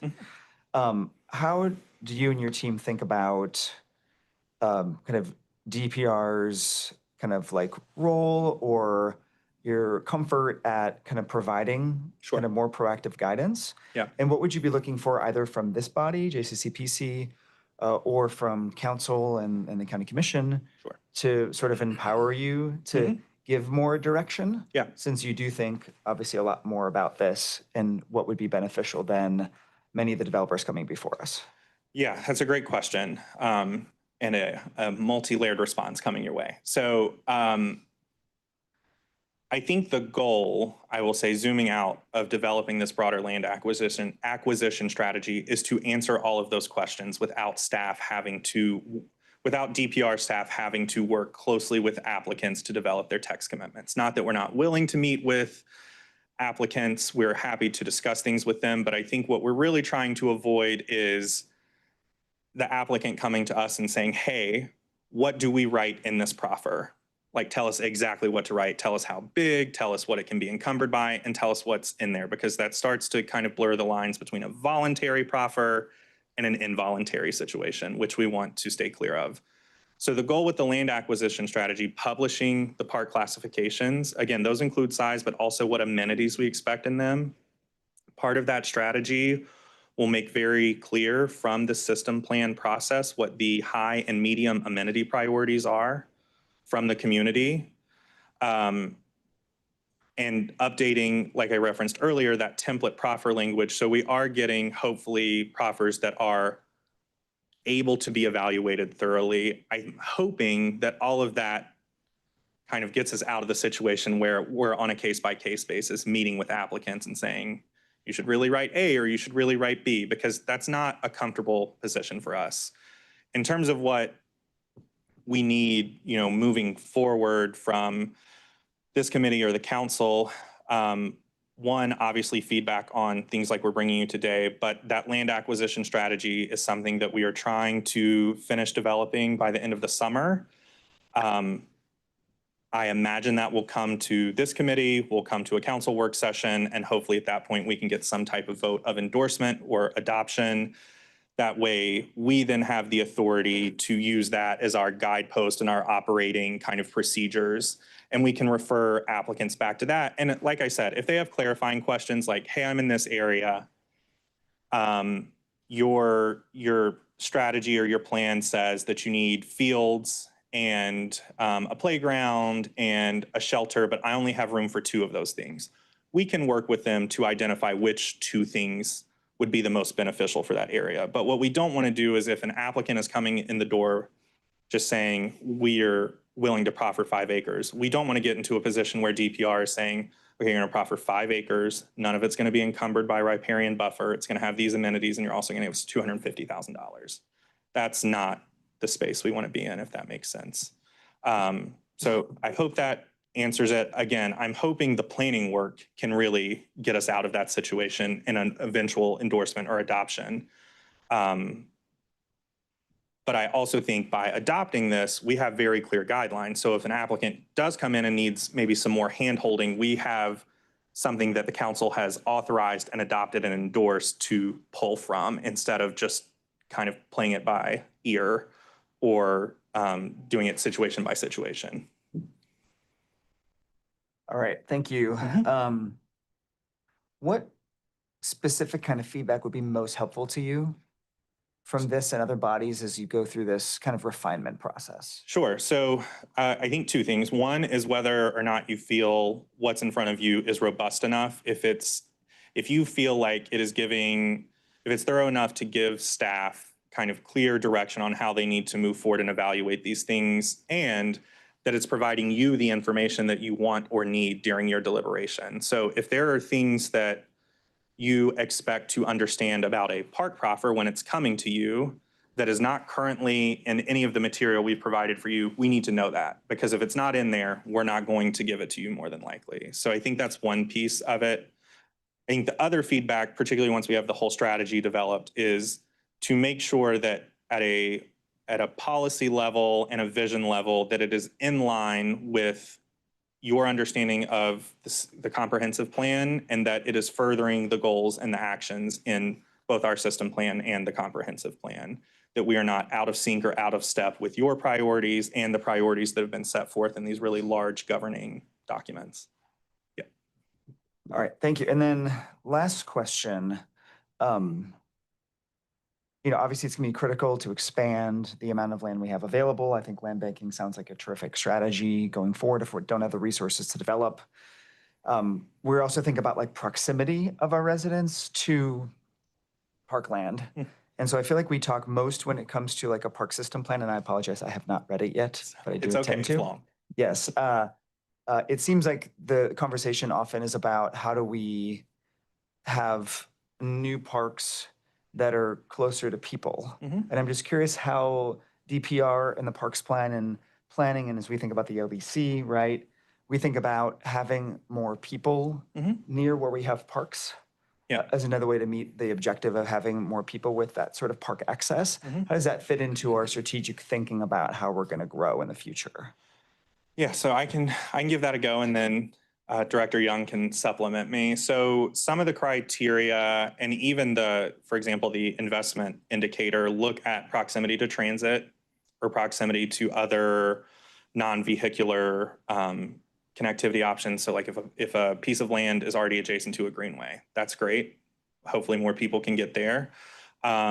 If it's adjacent to a transit stop, that's advantageous for us because we don't have to expand infrastructure to do that, right? There's already some of that built-in access there. We can also look at the future, the planned transit network, because parks don't come online overnight. And if, for example, a transit route is being expanded and a stop is being developed next to a piece of land that we have interest in 3 years, then maybe we hold off the park development so that those are coming online around the same time. I think also we're involved pretty heavily in other like transportation plans. So the bike walk plan, the draft bike walk plan that I think is coming to you all soon. A lot of the connectivity recommendations in there were vetted by DPR because they're adjacent to or near a park and enhance that connectivity. I think from a regulatory perspective, and again, I'll let Director Young get in on this one, is obviously, and the criteria even speak to this, we want land being proffered to us by developers to be fronting right-of-way, major right-of-way preferably. It's not in the back of the developments. You don't have to walk down neighborhood streets to get to it. It's accessible by conventional methods as well as pedestrian or bicycle traffic through existing or proposed new right-of-way.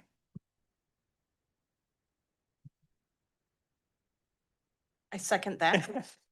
I will also say that from the perspective of the LDC, and I welcome, Bo or Robin if they want to add anything else, that a tenet of the comprehensive plan that we were trying to implement through the LDC was trying to intensify in areas that already had infrastructure, services, parks, et cetera. And so putting more people in the areas, kind of in our more urbanized areas where we already have these facilities does support, I think, what you were mentioning, right? I think where we're coming up with the biggest gaps are areas, our suburban areas on the fringe that are growing where we don't yet have those resources. So that has been a challenge. But I do think that the LDC, by promoting more density and intensity in the areas where we already have development and already have these type of facilities, supports that.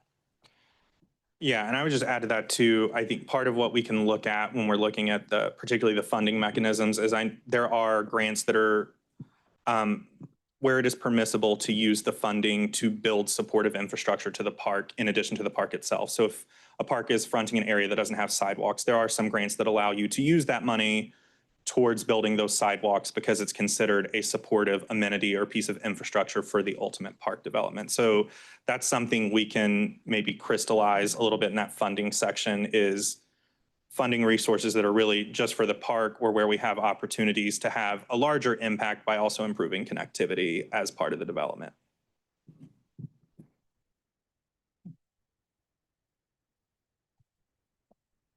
Chair Sugar, will you want to have any questions?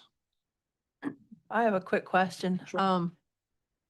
So specifically on your example of the smaller piece of land that was proffered, like 2.5 acres, 2 acres is in a riparian buffer, but only needs a 1/2 acre for potential park development. If that 2 acres is, and if the whole chunk is specifically in an area that would help prevent urban heat island, is that scored as part of the residents' needs versus a park? Or is there like a subsection of DPR where that could just be, hey, we're just going to land bank this so we don't have to spend the money to do the half-acre thing, but the whole 2.5 acres gets credit for helping with the urban heat island effect? Sure. So the strategic value criteria, there is a subsection that looks at environmental considerations strictly, not without any kind of caveats as to whether or not it could ultimately be a park. An urban heat island is certainly one of those things. I think a lot of times that it ends up not being an issue ultimately whether or not DPR chooses to accept the land or forego it, because a lot of proffers for the land are written such that if DPR does not want it, it will just be a community open space, right? So part of what we're evaluating is that safeguard there? If, for example, in your case, if it was just the proffer of the land and this has happened recently, they say if we don't accept it, we're going to develop it, then that might entice us to just land bank it. And again, signal to the community that we don't have any intention of doing with it, anything with it, but because it would prove to be a disadvantageous for the residents, that we're just going to kind of basically ad hoc hold it in conservation.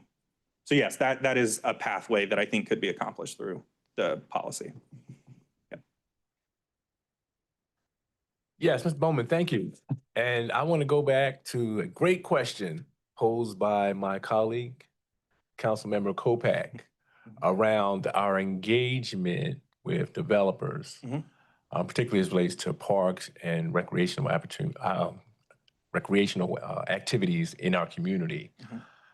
I think it's crucial that this body and our bodies individually send a clear message to the development community about the things that we value. Oftentimes we get caught in a situation where people are apprehensive about our engagement with developers around things that we value. Sure. And so I want to make it clear that, at least from Commissioner Valentine's parchment, that I believe we should be aggressive about the things that we value, and we communicate those things to the development community in hopes that they would consider those things.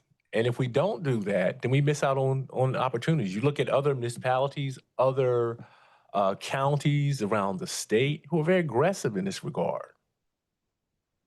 They say, our community values schools. You want to come here and develop? We love that. That development is going to lead to things. It's going to lead to jobs, right? It's going to lead to people coming to our communities. And so we shouldn't be afraid to express that value. And so to the extent that it's helpful, I think that we should also be sending that message and sending those signals to the community, right? We can work together to ensure that our residents get the services that they need, right? The recreational opportunities that they deserve, and we play a part in that. And so thank you for pointing that out, and thank you for raising the question, because if you didn't, I was going to. All right. Thank you. Love that. Thank you so much. Absolutely. And thank you, colleagues, for some really, really fantastic questions and comments. Sometimes we get caught up in a specific conversation that we're having. We talk about building a school, building schools, or building, fire stations, or building the right kind of street design, or building housing, or childcare, or jobs. And I want to always challenge us to think about how we build a city, because the city needs all of these things. And if we want a walkable city, they all need to be close together and close to transit stops and transit infrastructure. And so we always need to be thinking about how do we put things close to people and people close to things. And parks is one of those pieces. It falls within that space. Obviously, this conversation is happening on here. You guys have already been working on this, but here, kind of on the back end of a couple interesting rezoning cases that we had, where they were large-scale rezoning cases, 80 acres each, developers who really wanted to contribute parks. and was not a smooth process. They were coming to us saying, please just tell me what to do. Tell me what you want, and tell me what to do. And we didn't have a process in place to make that smooth. And so, kind of muddled our way through, and they made proffers, and they proffered, one of them proffered $250,000 right in the middle of the meeting, and so voluntarily, and so yeah, moving toward a proactive process, I think, would be extremely helpful. I would love for us to be in a place where a large-scale rezoning comes to us, and Parks and Rec feels confident to be able to say, this would be our absolute preferred route. We're not requiring it, Right. But we know that this is what we want, and here's that information for you all, and run with it, and take this information. I think that would be an ideal place for us to be, and I know we're not quite there yet, but I want to push. I do want to push for us to get closer to that, and for you all to feel confident in really being able to and feel empowered to be able to seek what you all think is best for the Parks Network. And I know that you've already mentioned you're working on the proactive tool. You're about to be working on the proactive tool, and so I appreciate that. And hearing from my colleagues, I think, and speak up if you disagree, but I think that my colleagues are also excited about that. A few other things. So I also think that context and edges of parks are important. That's something that we haven't had really deep conversations about, but great spaces are defined by their edges. And so are our parks accessible on their edges, or is there sort of one entrance that's a long entrance that you have to drive down to get to actual facilities within the park? I think these are also important questions. Are the edges of the park, are they accessible from the public, or are they behind houses and private land, and therefore kind of exclusionary from certain directions?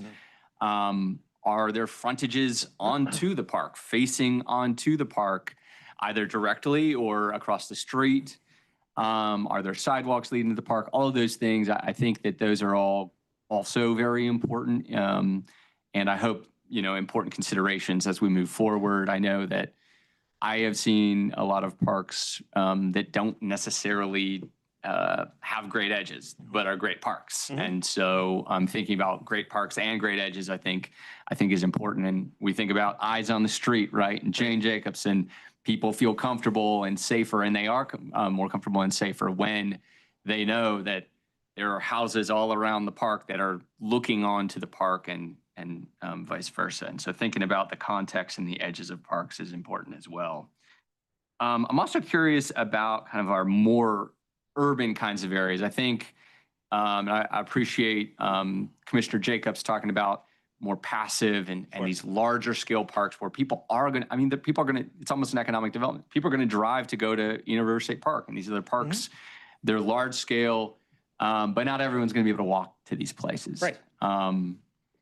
So in our very urban kinds of contexts, are we looking at those? So instead of like an 80 acre where we want like a 2 or 3 or 4 acre park, maybe like a 2 acre development or rezoning case or something in a more urban context. And there's maybe potential for like an urban plaza. Sure. Something like that. Is that part of the consideration here? So one of the action items in the system plan is to develop what at the time we called a downtown park typology for the classification system, and acknowledgement that parks, not just downtown, and we don't necessarily have to call it a downtown classification, but parks that are in those more urban areas do not look like what people typically associate with parks. So that is something that's in the system plan. I think it'll kind of depend on timing and capacity as to whether or not that gets brought online at the same time this land acquisition strategy does. But I do think that's kind of low-hanging fruit that we could look at sooner than later, to your point, whether it's a plaza or an alley or a street that can be activated in a more recreational or pedestrian oriented way, that's certainly something that broadly we have interest in. Cool, that's great. And then, yeah, so we're talking a little bit about kind of proffers and the discretionary review process, rezoning and annexations and those kinds of things. But I guess this is obviously part of the LDC process too, but kind of what can we build into the by right process so that we, in some situations, can encourage or even require parks in certain cases. And I know that's an ongoing conversation. This isn't the first time that's coming up, but I always want us to think about that and push forward on that. Yeah, and I think on those, any ideas or solutions that planning and development has, we are certainly happy to consult on those and make sure that it's compliant with policies for the non-by right processes so that everything is singing the same tune. And we are regularly involved in development review and collaboration with Director Young's group. That's cool. Thank you. And then, we've talked also about how, there are kind of large swaths of our city now that don't have parks. And, would it be tough for Parks and Rec from a financial standpoint to drive way out to maintain a park? Or is that a situation where even if a developer wants to proffer a park, we say, listen, the balance isn't quite right here, but please build something that looks like a park. And also has an access easement. So you can't kick off someone who's carrying a Palestinian flag. Sure. I certainly think that if a developer wanted to, and please correct me if I get way out of my league here, if they wanted to proffer privately owned and maintained recreational or active space that met DPR standards with a public access easement, and we're not the end owner operator, I certainly think that would be allowed. So I think to the extent when this full strategy is done and those standards are made public, I'm hoping that that's something, if that's something that the council's interested in, they could carry forward and encourage. Okay, great. And then new development pays park fees. Can you just talk a little bit about at what point did they pay the park fees and what are they? And then also, when was the last time we updated park fees? Help me. I'm going to look to Director Young for that. I know there are two. So there's the Parks and Recreation Impact Fee and the Open Space Impact Fee. I'm not entirely sure when those are collected. Bo Dobrinsky, Plan Development. Yeah, so at the building permit stage, per dwelling unit, there's a certain, and I don't have it in front of me, please forgive me, but there's a certain amount of area that is 875. But and then 1150 maybe for the county. Certain amount of area that is required to be provided. There's a fee in lieu that is being paid. So like for the by right development, as you were saying. So yeah, there is a sum of money that is being contributed with those by right developments to go towards public parks. This is in addition to the open space requirement. And when was that last updated? Oh, sorry. I believe 2009, I think. Yeah, I mean, that is what I think. Sorry, the date 2013 is also sticking out of my head either, but I know that it is not very recent.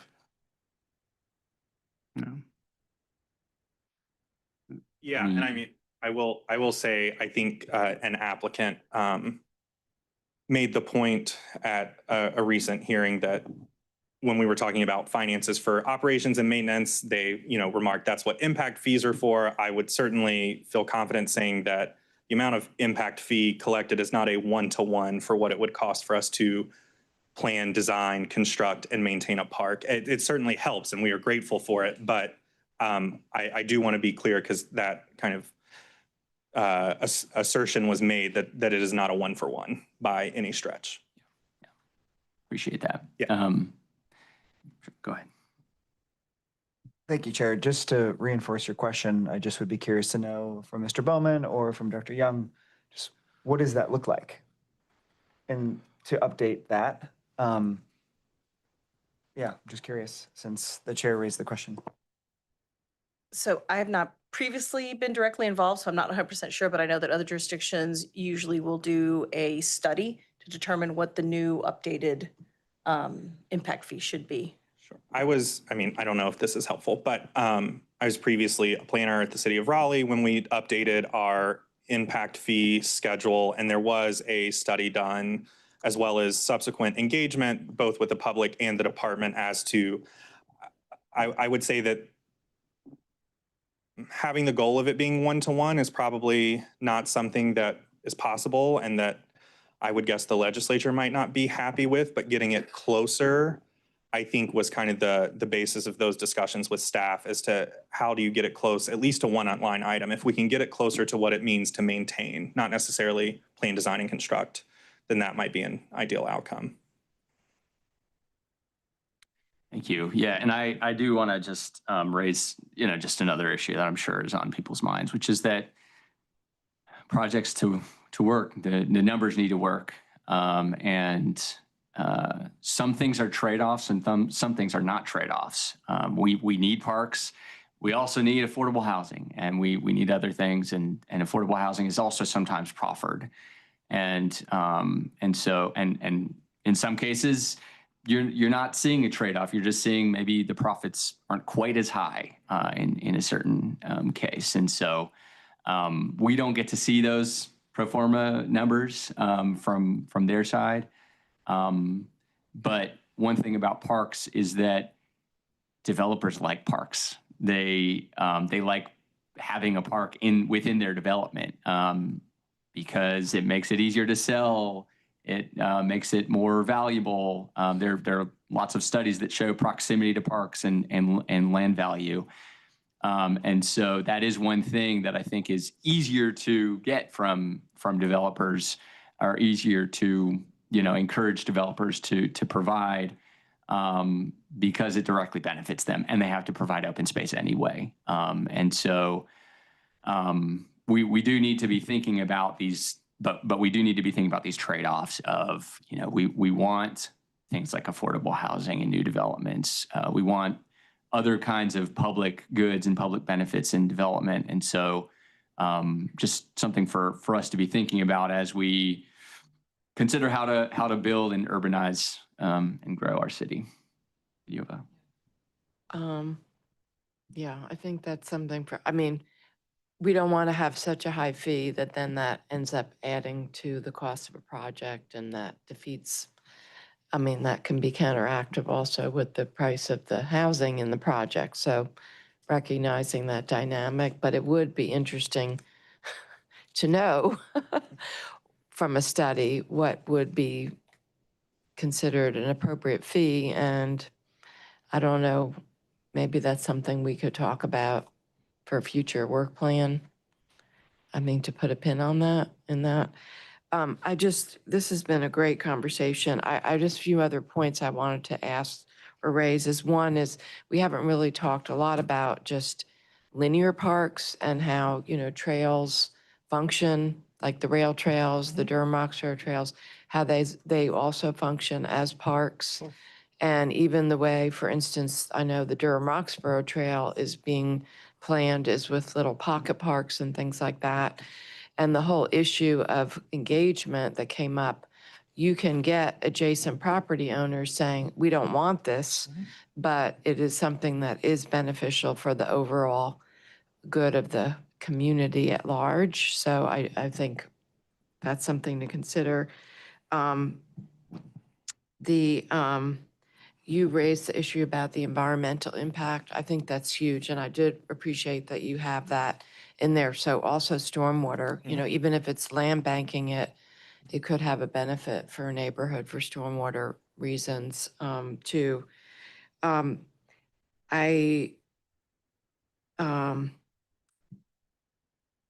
you addressed the issue about, I was going to ask about private parks and how that can function to also take stress off of the requirements for the city to provide parks. And I just wondered what your thoughts were. I think one of the key things that it seems is important here is nimbleness and just I know you talked about this with the strategic value, but with increasing land values, less land being available, Durham County is a very small county in terms of land mass, factoring in opportunity costs that may come up where there's a good financial opportunity for the city because of what a private property owners are offering, or because, for instance, it's in the Falls Lake watershed and the city of Raleigh pays for land that's in the Falls Lake watershed, things like that. I mean, how do you think you all are going to look at things like that? Yeah, so I mean, a couple of ways. One, like I mentioned earlier, I think having a robust conversation as part of this process about funding mechanisms and opportunities to supplement that, perhaps with funds that we have more immediate or efficient access to outside of kind of a budget cycle where we do ask for land acquisition money, but at that point, it's usually we're asking for it because we have identified something that we want or need to buy. It's not discretionary, kind of like the county fund is. I think the other thing that we can do is look, I think, more closely at partnering. So I think there are some opportunities that we've had. For example, I think that you're familiar with where it wasn't financially possible or maybe the most realistic for DPR to be the end owner of something. So we tried to connect with the county or with the Eno River Association, Triangle Land Conservancy. So I think that's a piece of it too, is if the site fits someone else's kind of portfolio nicely, and we can make that connection, and we can either supplement financially or provide some type of endorsement to help with a grant process, for example, that's certainly something we can look into on a case-by-case basis. We don't want to, we don't want people to think that, if they come with an opportunity and we just don't have the money at the time, that's it, the conversation's over. I think any opportunity we're given, if we think it's worthwhile pursuing, even if we're not the best party or able to do it, we are going to run it down in terms of trying to connect them with someone who can accomplish those things, like a third party or someone in county open space. Thank you. I want to lift up how important this conversation is, because at the end of the day, this is about the health and well-being of people in our community, and Durham being a great place for people to live, and parks and open space. And also, to your point, if it could, a plaza, it's also just about building community, places where people can be together, be in nature, obviously get exercise, but it is really fundamental. We think about people's quality of life. Well put. Yeah, we were ahead of schedule. We are now 25 minutes over schedule. I think. Sorry about that. No. Yeah, I think that points to the excitement and interest on this issue. And so I hope that we've provided at least some clear direction for you all. Clear direction and enthusiasm is what we were looking for. So we're good. All right. Thank you so much. And thanks for my colleagues for your great questions and comments. All right. Item 8, fiscal year 26 work program community planning projects.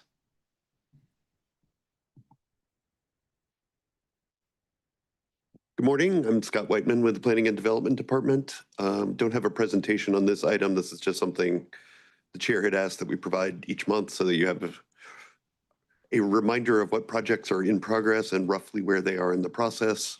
So I'm here, I'm happy to answer questions about any of them. I will say that we prepared this before the recent adjustments to the LDC schedules. So when we come back next month, we may have to move some things around, although some of these are contracts tied to funding this fiscal year, so they're not going to move very much.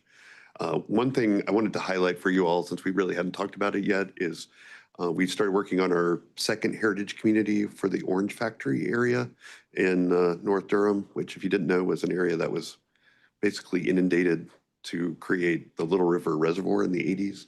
So we're making that with that area is our first one was in Merrick Moore. So this is our second one. Should be ready for adoption by the County Commission in August, September. Thank you.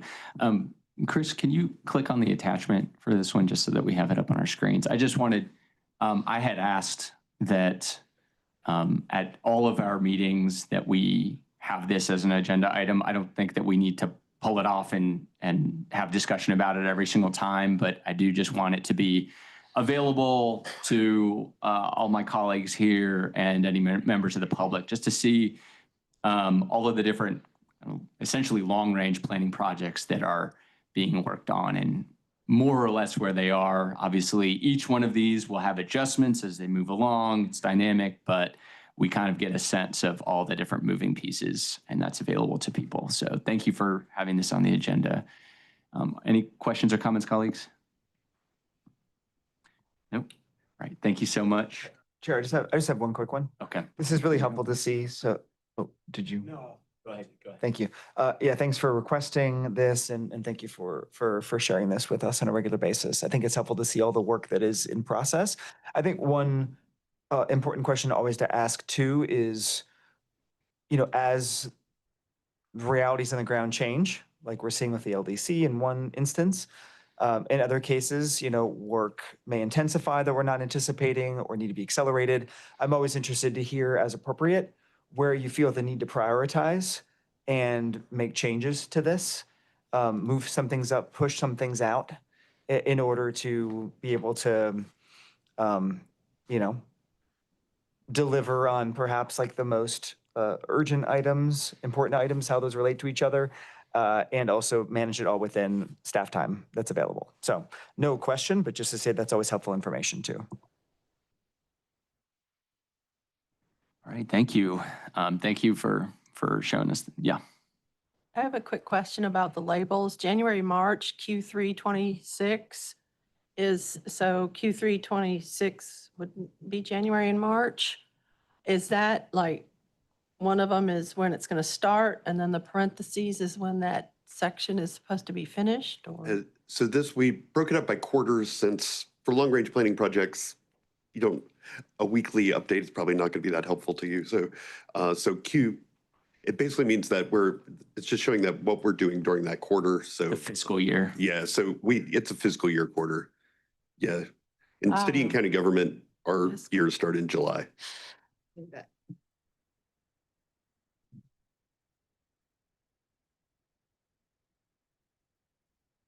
Yeah, we're still in FY26.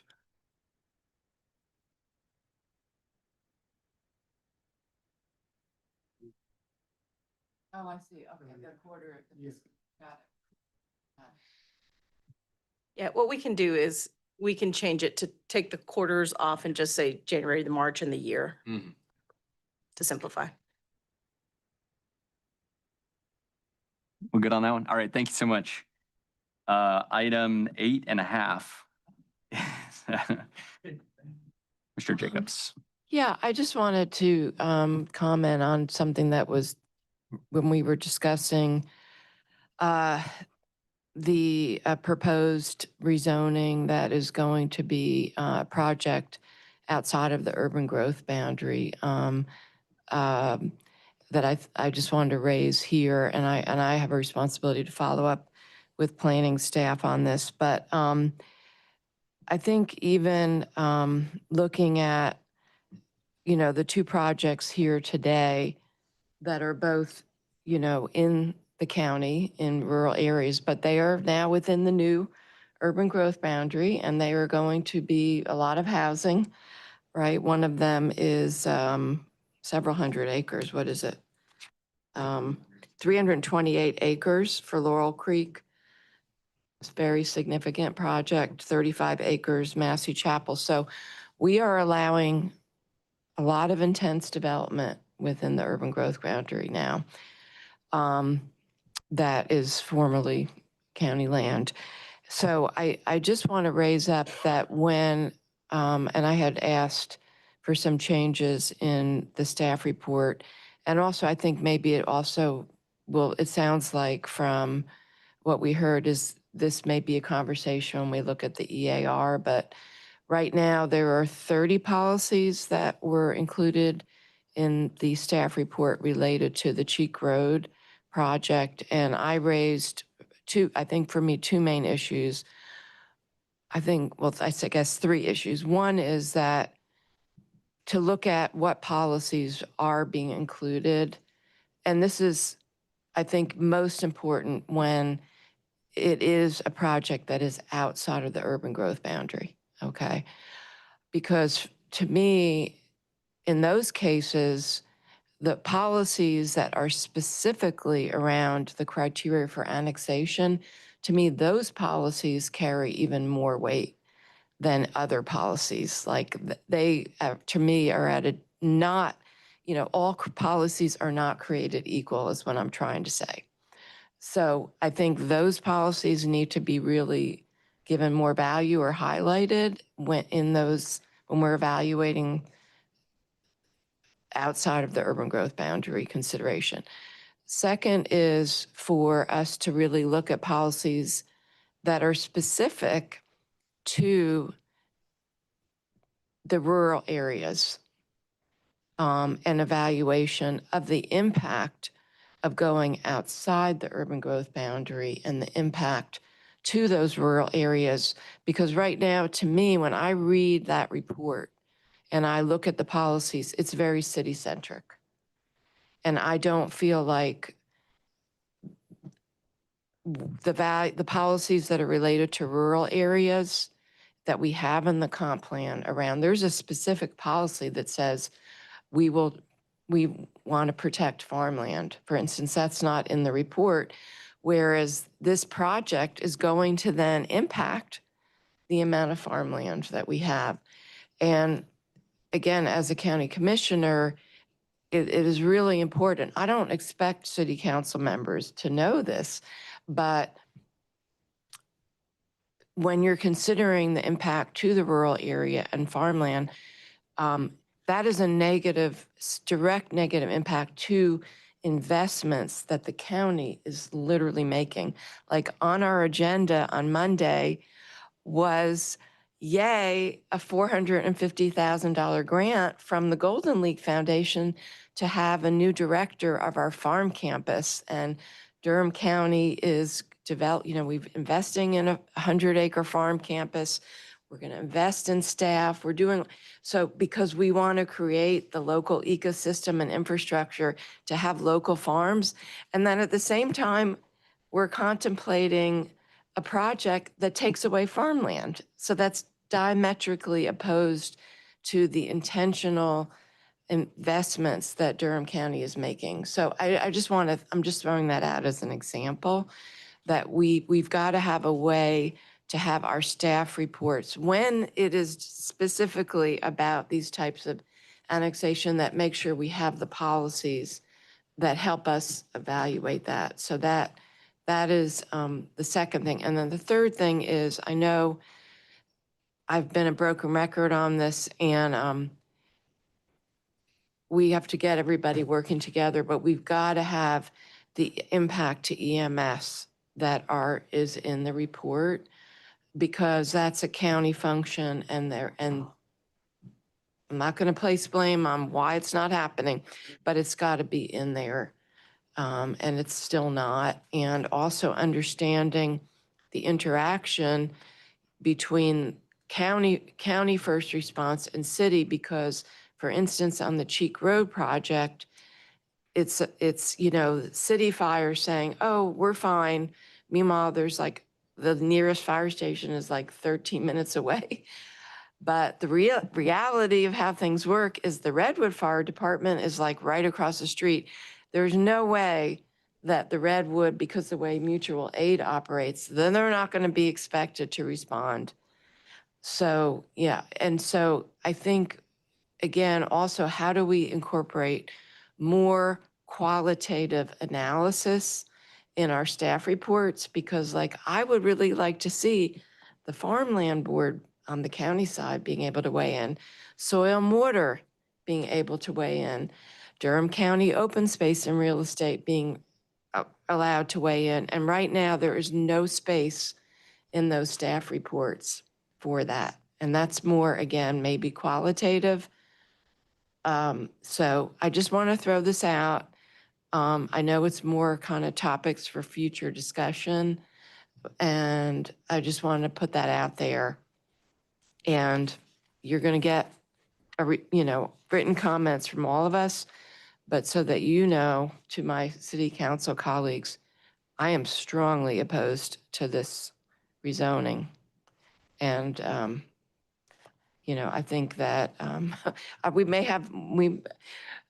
the three of us were the only ones at that meeting on Monday too. So, but, I think, anyway, I'll stop there. Thank you for sharing those comments, Commissioner Jacobs. I got a couple of thoughts too. I actually think that this is a really important issue that you raise. And I do think that it is worth adding to a future JCCPC agenda to discuss staff reports, especially for really, really large, impactful cases, because staff reports take a lot of work, right? They take a lot of work. It takes a lot of time to really thoroughly analyze everything. And some of these are kind of check the box, like, there's tables, fill in the table, fill in the blank. But I do think that we would benefit from maybe perhaps some more robust critical analysis in some of the staff reports. Again, particularly the large scale ones where, 300 plus acre, 80 plus acres is huge. That's a huge amount of land, and making sure all the pieces are coming together, and that we're looking at all those different pieces. And you named a few of them, but all the pieces, are there additional uses that we need in this area?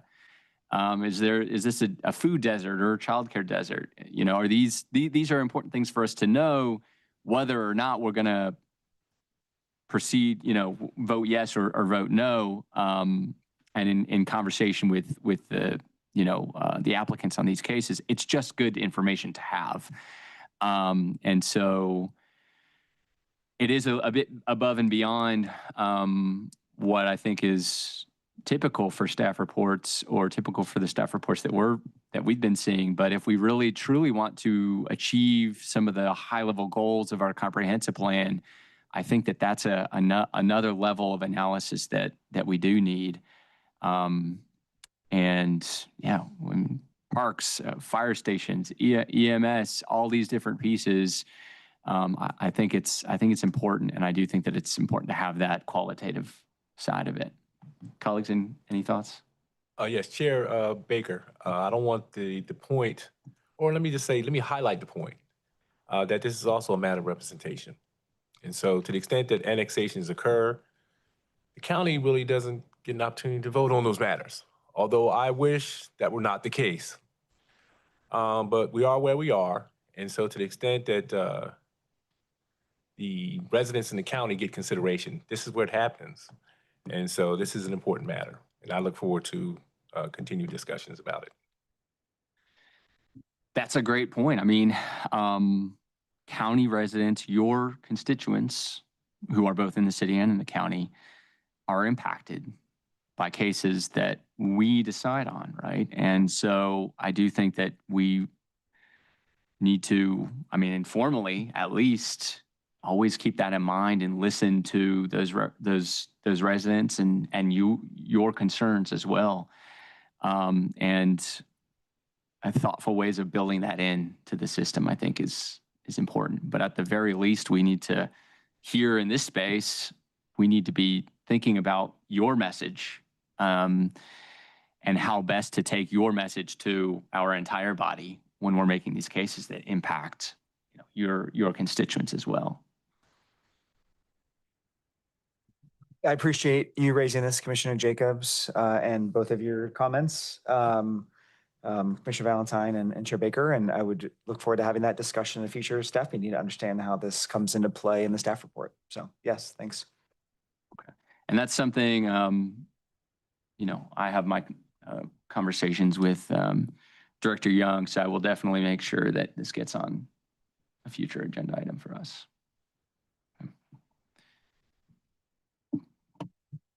County resident.